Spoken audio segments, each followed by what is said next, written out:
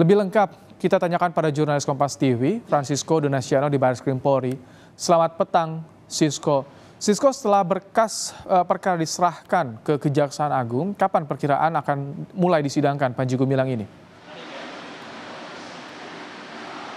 Kalau berjalan dengan lancar, Ibrahim dan juga saudara, ini akan memakan waktu setidaknya 14 hari setelah dilakukan penelitian dulu oleh pihak jaksa dan nantinya akan dilakukan P21 ataupun juga pelimpahan tahap 2. Namun memang melihat kembali bahwa harus diteliti terlebih dahulu sebelum nantinya berkas ini dinyatakan lengkap, baik itu penelitian materi formil ataupun juga material seperti itu. Nah, cukup menarik memang dari hari ini, memang dari hasil konferensi pers ataupun juga dari pihak Barreskrim Polri terkait masalah pemimpin dari Pondok Pesantren Al Zaitun yaitu Panji Gumilang ini ada dua hal kemudian yang menjadi topik utama pada hari ini, itu pelimpahan dan juga masalah TPPU.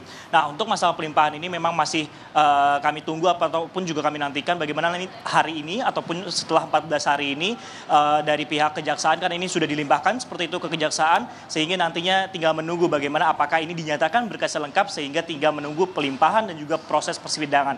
Karena setelah dinyatakan lengkap nantinya tersangka, yaitu dalam hal ini adalah Panji Gumilang, dan juga barang buktinya akan diberikan ke pihak kejaksaan seperti itu, Ibrahim. Nah, terkait dengan memang kasus dari Panji Gumilang penistaan agama, kemudian juga terkait masalah UU ITE dan juga berita bohong seperti itu, memang dengan ancaman pidananya ini maksimal adalah 10 tahun, Ibrahim dan juga saudara. Di mana memang ada sejumlah pasal, yaitu adalah pasal 156A tentang penistaan agama, kemudian juga ada pasal 45A ayat 2, junto pasal 28 ayat 2, Undang-Undang Nomor 19 Tahun 2016 tentang ITE, dan juga tentang peraturan hukum pidana. Inilah kemudian yang menjadi hal-hal kemudian yang telah ditunggu-tunggu ataupun juga dinanti. Karena kenapa? Dari pihak kepolisian sendiri selama perjalanan kasus ini khususnya kalau kita berbicara masalah penistaan agama sudah memeriksa setidaknya 41 saksi dan 18 ahli sebelum kemudian dilakukan penetapan tersangka dan akhirnya berkasnya dilimpahkan. Sehingga masih kami nantikan bagaimana proses selanjutnya ini akan dilanjutkan. Memang harapannya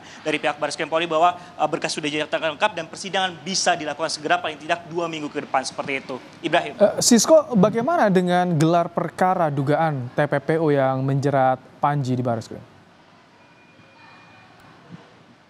Nah, ini juga menarik, Ibrahim dan juga saudara, terkait dengan TPPU sendiri dari pihak khususnya adalah Direktorat Tindak Pidana Ekonomi Khusus ini telah menaikkan tahapnya menjadi penyidikan. Setelah sebelumnya ini di tahapnya adalah penyelidikan seperti itu.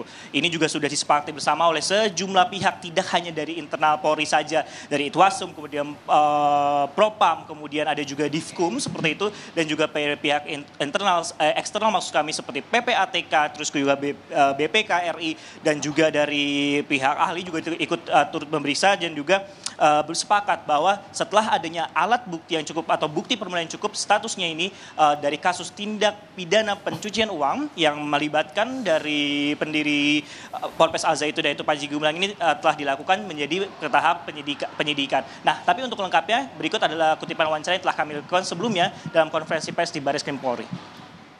Direktorat Tindak Pidana Ekonomi Khusus melakukan gelar perkara terkait dugaan tindak pidana pencucian uang atas nama APG. Hasil gelar perkara tersebut disepakati bersama bahwa telah ditemukan bukti permulaan cukup untuk meningkatkan penyelidikan menjadi penyelidikan atas. Dan terkait dengan penetapan dari ataupun juga dari gelar perkara dan menaikkan ke tahap penyidikan, Ibrahim dan juga saudara memang masih belum menentukan sebagai tersangka seperti itu. Sehingga memang masih kami nantikan terkait masalah kemudian korupsi ataupun juga dana bos yang memang saat ini juga masih harus adanya kalkulasi juga berapa kemudian besaran dari perkiraan kerugian negara. Dan untuk dari saldo yang kemudian dimiliki oleh pemimpin dari Ponpes Al Zaitun ini yang jumlahnya ini mencapai miliaran seperti itu sudah dibukukan oleh Barreskrim Polri. Kembali ke Anda, Ibrahim.